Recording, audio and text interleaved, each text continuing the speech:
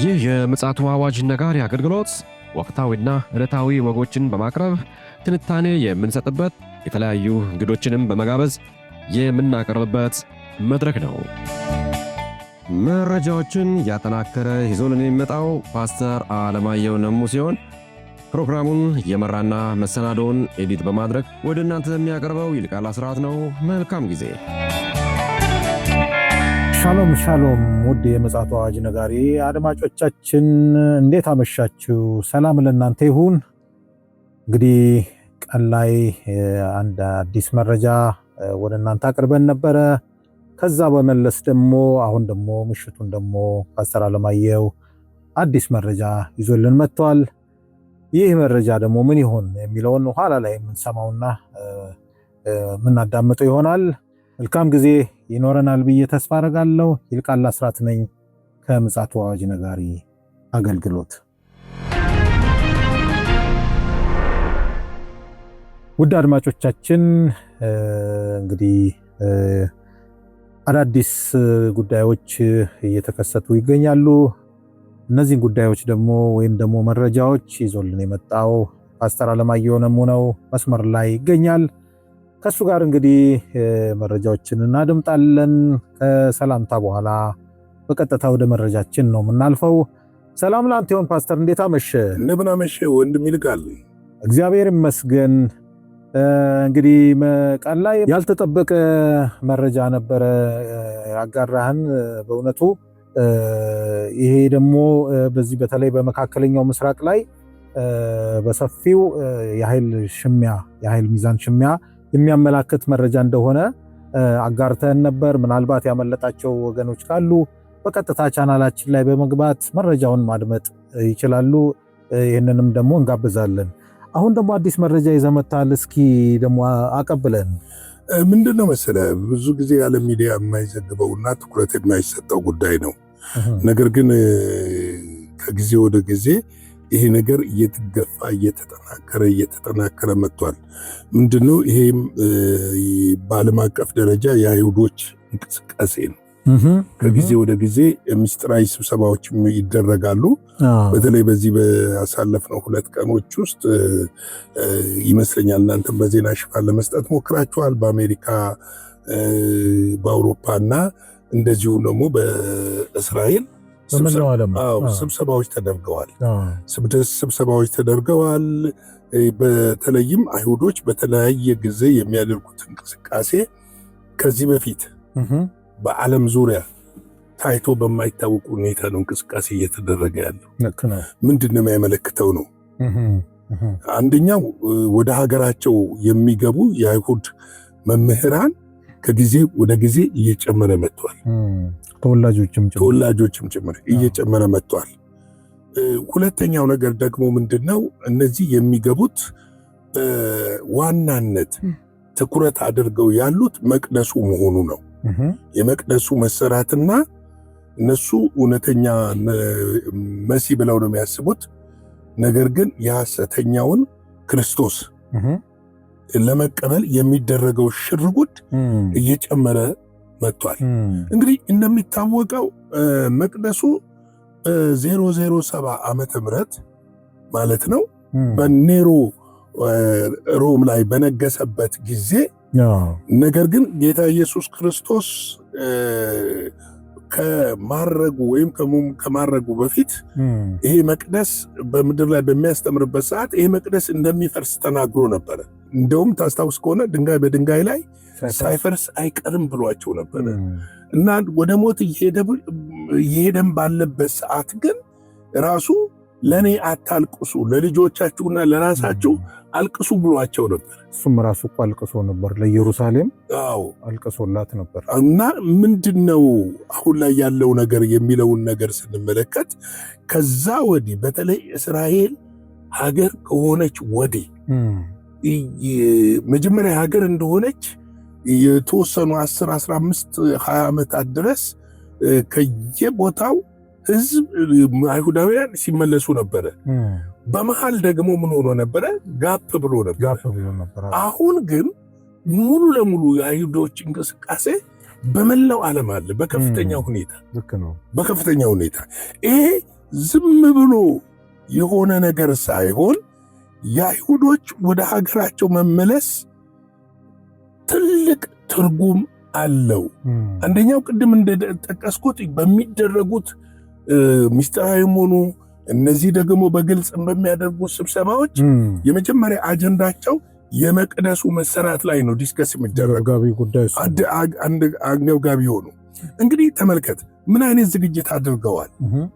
ለምን ነው መቅደሱ መሰራት ላይ ትኩረት የተደረገው ብለን ስንመለከት የካህናት መዘጋጀት እና መሾም ካህናቶች ከ70ኛው ዓመት ወዲህ በያዝነው በእነዚህ 2 ዓመታት ያለፉት 2000 ኦልሞስት ዓመት እንደዚህ አይነት ስርዓት አልነበረም። የካህናቶች መሾም የሊቀ ካህኑ መሾምና ተመልከት መቅደሱ ከመብረሱ በፊት የነበረው የአይሁድ የአምልኮን ስርዓት መመለስ ተመልከት። እነዚህ መቅደሱ ከመፍረሱ በፊት የነበረውን የአይሁድ የመቅደሱን ስርዓት አሁን ምን አድርገውታል? መልሰውታል። መቅደሱ እንኳን ሳይገነባ ከዚህ በፊት እኛም ብዙ ጊዜ ዘግበናል። መስዋዕት ቀዩን ጥጃ የማድረግ ነገሮች አሉ ነበሩ። እነዚህ መስዋዕቶች ተደርገው ነበረ እና እነዚህ ነገሮች ቀላል ትርጉም የሚሰጣቸው ነገሮች አይደሉም። ትኩረት ቤተክርስቲያን በእርግጥ ስለመጨረሻው ዘመን የምታስተምር ቤተክርስቲያን ይኖራል አይኖርም ማለት አንችልም። በጣም ጥቂቶች ናቸው እና እንደ አጀንዳ አድርገውት ግን እያስተማሩ ባይሆንም ማለት ነው። ሌላው የአይሁድ መምህራኖች ከያገሩ ወደ አገር መመለስ እና መቅደሱን ለመስራት የሚያደርጉት ዝግጅት ሶስተኛው የሰለሞን ቤተ መቅደስ መሰራት ማለት የሐሰተኛው ክርስቶስ ምን መሆን ማለት ነው? መምጣት ማለት ነው። እሱን ለመቀበል የሚደረግ ዝግጅቶች ናቸው። እነዚህ ዝግጅቶች ደግሞ ከዕለት ወደ ዕለት እየጨመሩ መጥተዋል። እንግዲህ ሰይጣን ዓለምን አውሬው ለመቆጣጠር ከሚያደርጋቸው አንዱ ነገሮች ምንድነው? የዓለምን ማህበረሰብ መመዝገብ፣ በኤአይ ቴክኖሎጂ አንድ ቋት ውስጥ ማድረግ፣ ወደፊት መቆጣጠር የሚገባውን ነገር ለመቆጣጠር የሚያስችለውን ስርዓት መዘርጋት። ምን የሚባል ስርዓት? አንድ ዓለም፣ አንድ ሃይማኖት፣ አንድ ፖለቲካ፣ አዲስ የዓለም ስርዓት። አዲሱ የዓለም ስርዓት፣ አንድ ገንዘብ። ይሄ ራሱ ቀላል ነገር አይደለም። አንድ ገንዘብ የሚባለው ወደ ፒራሚድ ወደ አንድ ቋት የሚገባበትን ስርዓት ዘርግተው ጨርሰውታል። ሊገባን ይገባል። ጨርሰውታል። ይህንን እንዴት አድርገው ነው የጨረሱት ብለህ ብትመለከተኝ የኤአይ ወይም አርቲፊሻል ኢንቴሊጀንስ በሚለው የዓለም ሰው ሁሉ እየተመዘገበ ነው ያለ። ልክ ነው። የዓለም ሰው ሁሉ ምን እየሆነ ነው? እየተመዘገበ ነው ያለው። ይሄ ለምንድን ነው? ለወደፊቱ ለሚመጣው የአውሬው ስርዓት ለአገዛዝ እንዲመች ተደርጎ ዓለም በትክክለኛው መስመር ላይ እየሄደች ነው ያለው። ነገር ግን አውሬው እስከሚመጣ ድረስ በዓለም ላይ የሞራል ውድቀት ማድረስ፣ የኢኮኖሚ ክራይሲስ ማምጣት ገብቷል። ጦርነቶችንና የጦር ወሬዎች በየቦታው እንዲደረጉ ማድረግ፣ በተለይ መካከለኛው ምስራቅ እረፍት አልባ እንዲሆን ማድረግ። ለምን ነው የተፈለገው? በሚመጣበት ጊዜ የዓለምን ችግር ይፈተዋል። እንዴት ነው የሚፈታው? ለ3 ዓመት ከ6 ወር ብቻ እችን አድማጮቼ እንዲያሰምሩበት እፈልጋለሁ። ለምንድነው ጦርነት እንዲሆን የሚፈልገው? መሲህ መጥቷል ብሎ ዓለም እንዲቀበለው። ለምንድነው ኢኮኖሚ ክራይሲስ የተፈለገው? መሲህ መጥቷል ብሎ ዓለም እንዲቀበለው። ለምንድነው የሞራል ውድቀት መጥቷል የሚደረገው? መሲህ መጥቷል ብሎ እንዲቀበለው። ይሄንን ምን ያደርጋል መሰለ? ከብዙ ሀገራት ጋር በሚያደርገው ስምምነት የዳንኤል መጽሐፍ እንደሚነግረን ጽኑ ቃል ኪዳን በሚያደርገው ጽኑ ቃል ኪዳን መሰረት ምንድን ነው የሚያደርገው? ገብቷል? ይፈራረማል። ኢኮኖሚውን ያረጋገዋል። ስለዚህ ማንም ሰው በእጁ ላይ ወይም በግንባሩ ላይ በሚወስደው ቁጥር መግዛት እንደሚችል ይነገረውና ሁሉም በየአካባቢው በሚቋቋመው ሴንተር ያንን ቺፕስ በእጁ ላይ ወይም በግንባሩ ላይ በማስቀበር ያለ ገንዘብ የሚሸጥበት የሚገዛበት ይሆናል። የሰው ልጅን ሲስተም ተቆጣጠረው ማለት ነው። ተቆጣጠረው ሙሉ ለሙሉ። ስለዚህ ለዚህ ትልቁ ማዕከል ሆኖ የምናየው ኢየሩሳሌም ላይ እየተደረገ ያለው ነገር አሁን እንቅስቃሴው፣ አምልኮ ስርዓቶቹ፣ ሁሉ ነገር እያንዳንዶቹ የካህናቶቹ ስብሰባ፣ የዕለት ዕለት ዝግጅቶቹ ይህንን ምን ለማድረግ ነው የሚያደርገው? መቅደሱን ለመስራት ነው። ስለዚህ መቅደሱን ለመስራት ሌሎች መቅደሱን እንዳያፈርሱትና መቅደሱ አደጋ ውስጥ እንዳይገባ ከአደጋ የራቀና ከስጋት የጸዳ እንዲሆን ለማድረግ በተለያየ መልክና ስልት እየተሄደበት ያለ ጉዳይ እንደሆነ ልናውቅ ያስፈልጋል። ለዚህ ነው እኛ ሰዓቱ ደርሷል የምንላችሁ። ለዚህ ነው የዓለምን ኢንፎርሜሽን የምናቀርብላችሁ ዋና ምክንያት ሰዓቱ ስለደረሰ ነው። ጊዜው ስለደረሰ ነው። ስላበቃ ነው። አበቃ። እውነት ነው። አበቃ። ዓለም አርጅታለች። እንደው ፓስተር እንደው ትቀጥልልኛለህ። ይሄ በጣም ትክክለኛ ሐሳብ ነው ያነሳህልኝ። ምናልባት እንደው ተጨማሪ ነገር እንደው ለመጠቆም ያህል ነው ፓስተር፣ በጣም ይቅርታ አድርግልኝ ሰብሬን የገባሁት። ይሄ 2030 የሚባል አጀንዳ አለ። ይሄ 2030 እንግዲህ ከጥቂት ዓመታት በኋላ ነው በጣም እየተነገረለት ነው ያለውና የዚህ አዲሱ ዓለም ስርዓት ምስረታ ላውንች ወይ ደግሞ የሚደረግበት ወቅት ነው ተብሎ እየተነገረ ነው ያለውና ያ እንግዲህ ለማን ነው የዝግጁነቱ ተብሎ ከተጠየቀ አንተ እንዳልከው ለአውሬው ዝግጅት ነውና ይሄ ሁሉ ጥድፊያ ወደዛ እንዲሆነው እንደ አድማጮችም እንዲረዱ ነውና ይህንንም ማስተካከል መልእክትህንም ማስተላለፍ ትችላለህ። እንግዲህ ምን መሰለ ይሄ 2030 አጀንዳ ማለት አሁን በየሀገሩ ባለው የተባበሩት መንግስታት ድርጅት ጽሕፈት ቤቶች አማካኝነት ተግባራዊ እየተደረገ ነው ያለው። ማለት ለዛ የሚያመቻቹ ሁኔታዎች እየተፈጠሩ ነው ያሉት። በቴክኖሎጂውም ዘርፍ፣ በዚህ በኢኮኖሚም፣ በማህበራዊም፣ በሁሉም ዘርፍ ይሄ ስራ እየተሰራ ነው ያለው። ይሄ ስራ ለማከናወን ደግሞ በጣም በብዙ ቢሊዮን ዶላር ተመድቦ እንቅስቃሴ እየተደረገ ነው። ትሪሊየን ነው። ምክንያቱም 17 ጎል ብለው አስቀምጠዋል፣ ሃይማኖትን ጨምሮ ሁሉንም ጨምሮ። ስለዚህ ምንድነው መሰለ ግሎባላይዜሽን እኮ ነን ሪሊጅን ነው።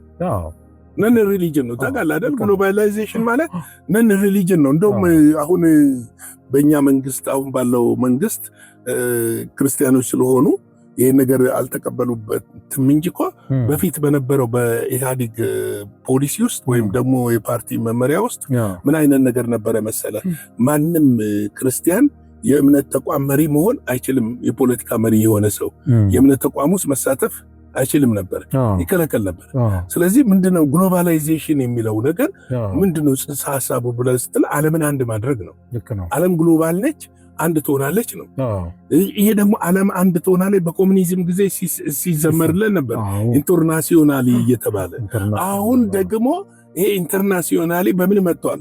2030 ኒው ወርልድ የሚባል እና እነዚህ ነገሮች እየጨመሩ ነው የሚመጡት። አሁን ለምሳሌ ያዝነው እንግዲህ ተግባራዊ ይሆናል የተባለው አሁን 2025 ነው፣ 2030 ነው። 5 ዓመት ይቀራናል። በእነዚህ 5 ዓመቶች ነገሮችን በአጭሩ ማከናወን የሚቻልበት ቴክኖሎጂ ላይ ተደርሷል። አርቲፊሻል ኢንተለጀንስ እኮ ለዚህ አይናችን እያየ እኮ በጥቂት ጊዜያቶች ውስጥ የምናያቸው ፕሮግረስ ያደረገው ቴክኖሎጂ ነገ ከነገ ወዲያ ደግሞ ምን ሊፈጠር እንደሚችል እንግዲህ መገመት ይቻላል እኮ አልኩ እኮ። አሁን ይሄ ነው። ይሄ ስላለ ይሄ ነገር ምንድነው እጅግ ቤተክርስቲያን ልታተኩርበት የሚገባ ጉዳይ ነው። ቸል ልትለው የሚገባ ጉዳይ አይደለም። ቅዱሳን ቸል ሊሉት የሚገቡ ጉዳዮች አይደሉም። በጌታ በኢየሱስ ክርስቶስ የሚያምን ሰው ሁሉ ቸል ሊለው የሚገባ አይደለም። ነገ እጃችን ላይ በራችን ላይ እንዳይቆም ያስፈራል። ውጥረት እንዳይሆን ያስፈራል። ስለዚህ ከወዲሁ በጸሎት በእግዚአብሔር ቃል በመትጋት ሰውን አዌር በማድረግ በማንቃት ለጌታ ለኢየሱስ ክርስቶስ ንጥቀት መዘጋጀት አለበት እላለሁ። የጌታ ጸጋ ሰላም ለሁላችን ይብዛ። ላይክ፣ ሼር፣ ሰብስክራይብ ማድረግ አይረሳ። መልእክታችን ለሁሉ አድርሱልን። እንወዳችኋለን፣ እናከብራችኋለን። ተባረኩልን። ሻሎም እግዚአብሔር አብስቶ ይባርክ ፓስተር። በጣም በጣም በጣም ወሳኝ የሆነ መረጃ ነው ያቀበልከን። በጣም የማንቂያ ደወል ነው። እንግዲህ አድማጮች እንደሰማችሁት ነው። እንግዲህ የት ቦታ ላይ ነው ያለነው? እንደነዚህ አይነት መረጃዎችን ስንሰማ ምንድነው እያደረግን ያለነው? በተግባር እያዋልን ያለነው ወይስ ቸል ብለናል? ይሄንን ለእናንተ እንተዋለን። ይህን ጥያቄ እውነት ለመናገር ግን ጥድፊያው ሁሉ የሚያመላክተው የመጨረሻውን ዘመን ወይ ደግሞ የመጨረሻውን መጨረሻ የሚያመላክት እንደሆነ በግልጽ እያየን እየሰማን ነውና ባካችሁን ቸል አትበሉ። በዚህ ወቅት ዝግጁነት በጣም ወሳኝ ስለሆነ ሁላችንንም ጨምሮ መዘጋጀት አለብን የሚል ጽኑ መልእክት አለን። እንግዲህ ለዛሬ ለአርብ ምሽት በቀንም በዚህ ምሽት መረጃዎችን አሰባስቦ የመጣልን ወንድማችን ፓስተር አለማየሁ ነው። እግዚአብሔር አብስቶ ይባርከው። ስለሱ እግዚአብሔር እናመሰግናለን። እንዲሁም ደግሞ ፕሮግራሙን ከእናንተ ጋር አብሬ እየመራው የነበርኩት እኔም ይልቃል አስራት ነኝ። መልካም ጊዜ እንዲሆንላችሁ እንመኛለን። ነገ 2 ፕሮግራሞች ይኖሩናል። አንድ የመረጃ ፕሮግራም ወደ እናንተ እንለቃለን። 2 ደግሞ የቀጥታ ስርጭትም ስላለ በሰዓታችን እንመጣለን። ከምሽቱ 12 ሰዓት ጀምሮ የቀጥታ ስርጭት ስላለ እሱም ደግሞ በጣም ወሳኝ አጀንዳ ስለሆነ ላልሰሙ ወገኖች እንግዲህ ሼር በማድረግ ተባባሪዎቻችን እንድትሆኑ በጌታ ፍቅር እናሳስባለን። መልካም ጊዜ ይሆንላችሁ። ሻሎም። ለዛሬ ይዘን የመጣነው ወቅታዊ መረጃ ይህንን ይመስል ነበረ። በሌላ ጊዜ በሌላ መሰናዶ እስከምንገናኝ ሰላም ለእናንተ ይሁን።